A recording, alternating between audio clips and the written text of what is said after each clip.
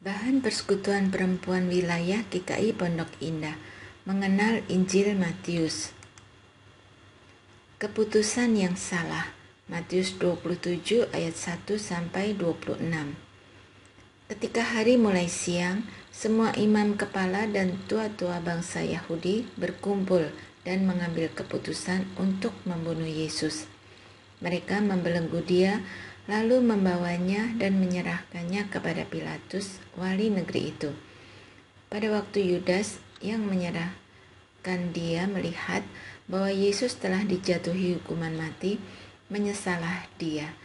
Lalu ia mengembalikan uang yang 30 perak itu kepada imam-imam kepala dan tua-tua, dan berkata, "Aku telah berdosa karena menyerahkan darah orang yang tak bersalah." Tetapi jawab mereka, "Apa urusan kami dengan itu? Itu urusanmu sendiri." Maka ia pun melemparkan uang perak itu ke dalam bait suci, lalu pergi dari situ dan menggantung diri. Imam-imam kepala mengambil uang perak itu dan berkata, "Tidak diperbolehkan memasukkan uang ini ke dalam peti persembahan, sebab ini uang darah." Sesudah berunding, mereka membeli dengan uang itu tanah yang disebut tanah tukang periuk untuk dijadikan tempat pekuburan orang asing. Itulah sebabnya tanah itu sampai pada hari ini disebut tanah darah. Dengan demikian genaplah firman yang disampaikan oleh Nabi Yeremia. Mereka menerima 30 uang perak, yaitu harga yang ditetapkan untuk seorang menurut penilaian yang berlaku di antara orang Israel. Dan mereka memberikan uang itu untuk tanah tukang periuk, seperti yang dipesankan Tuhan kepadaku. Lalu Yesus dihadapkan kepada wali negeri, dan wali negeri bertanya kepadanya, "Engkaukah raja orang Yahudi?" Jawab Yesus, "Engkau sendiri mengatakannya." Tetapi atas tuduhan yang diajukan imam-imam kepala dan tua-tua terhadap dia, ia tidak memberi jawab apapun. Maka kata Pilatus kepadanya, "Tidakkah engkau dengar betapa banyaknya tuduhan saksi-saksi ini terhadap engkau?" Tetapi ia tidak menjawab suatu kata pun, sehingga wali negeri itu sangat heran. Telah menjadi kebiasaan bagi wali negeri untuk membebaskan satu orang hukuman pada tiap-tiap hari raya itu, atas pilihan orang banyak. Dan pada waktu itu ada dalam penjara seorang yang terkenal kejahatannya yang bernama Yesus Barabas. Karena mereka sudah berkumpul di sana, Pilatus berkata kepada mereka, "Siapa yang kamu kehendaki kubebaskan bagimu, Yesus Barabas atau Yesus yang disebut Kristus?" Ia memang mengetahui bahwa mereka telah menyerahkan Yesus karena dengki. Ketika Pilatus sedang duduk di kursi pengadilan, istrinya mengirim pesan kepadanya, "Jangan engkau mencampuri perkara orang benar itu, sebab karena dia aku sangat menderita dalam mimpi tadi malam." Tetapi oleh hasutan imam-imam kepala dan tua-tua, orang banyak bertekad untuk meminta supaya Barabas dibebaskan dan Yesus dihukum mati.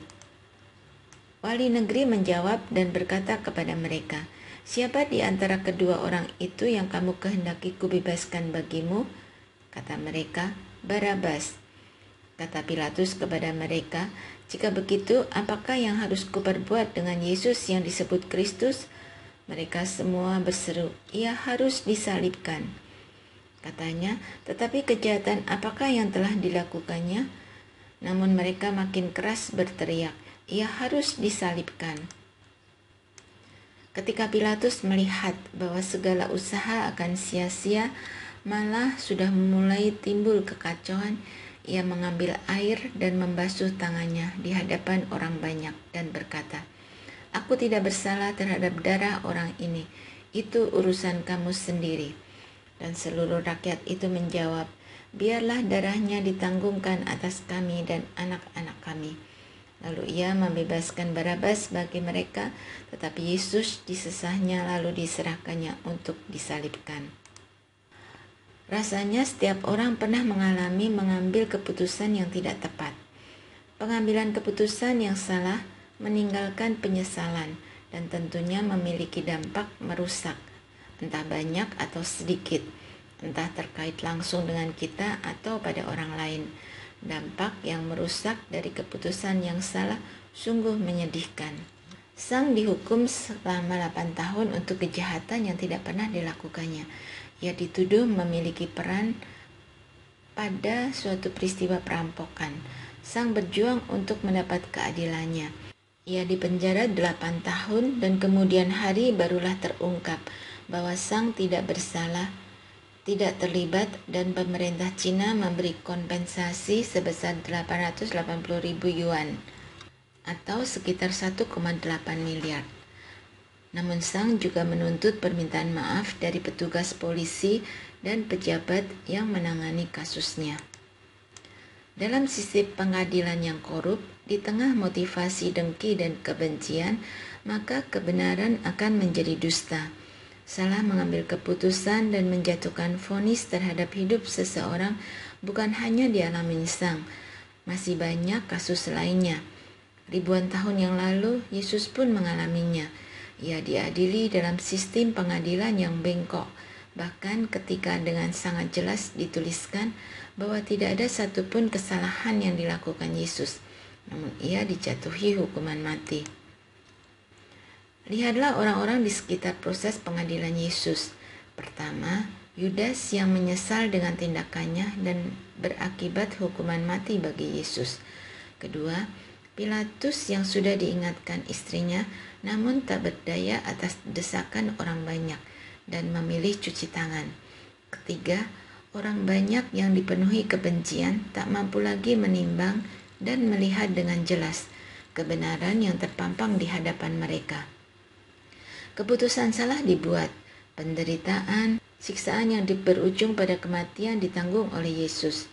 Dahsyatnya akibat dari sebuah pengambilan keputusan yang salah. Diskusikan. 1. Pernahkah saudara mengambil keputusan yang salah? Bagaimana cara saudara mencoba memperbaiki akibat dari keputusan itu? Atau saudaralah yang menanggung akibat keputusan salah yang dilakukan orang lain? 2. Pelajaran apa yang saudara dapat dari pengalaman itu agar di kemudian hari tidak membuat keputusan yang salah? Doakanlah. 1. Memohon hikmat untuk menimbang segala perkara. 2. Kejernihan hati untuk menyelesaikan segala persoalan.